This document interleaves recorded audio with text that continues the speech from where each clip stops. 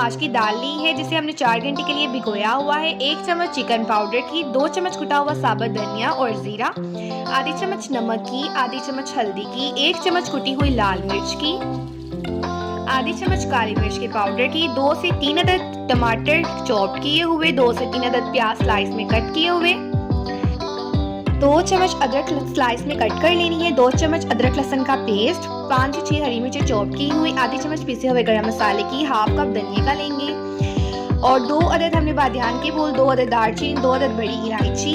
तो सबसे पहले हमने एक कढ़ाई लेनी है और इसमें हमने 1 कप ऑयल का डाल देना है और इसमें हम स्लाइस में कटे हुए प्याज डाल देंगे और इसको हमने ब्राउन करना है। तो ये ब्राउन हो गया है, अब इसे हम प्लेट में निकाल लेंगे। अब जिस प्लेट हमने ऑयल में प्याज जो है वो फ्राई किया था उसी ऑयल में हमने साबुत गरम मसाले डाल देने हैं, अदरक लहसुन का पेस्ट डाल देना है और इसको फ्राई करके हमने इसके अंदर टमाटर डाल देने हैं और फिर हमने इसके अंदर सारे मसाले डालने हैं और 1 गिलास पानी का डालकर हम मसाला जो है अच्छे से भून लेंगे और मसाला हमने भून लिया है।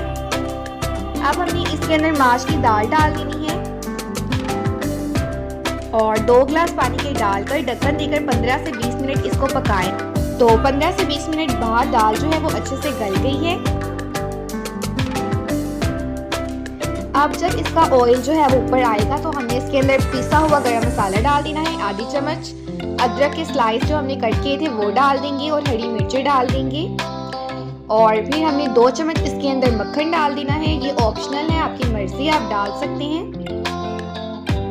और अब इसे हम बाउल में निकालते हैं। ये दाल जो है वो रेडी हो गई है और हमने गार्निश के लिए इसके ऊपर जो हमने प्याज ब्राउन किया था वो डालना है और हरा धनिया डालेंगे और फिर हम इसके अंदर अदरक डाल देंगे। गरम मसाले की रेसिपी आपको ऊपर आई बटन पे मिल जाएगी, तो आप वो भी देख लें।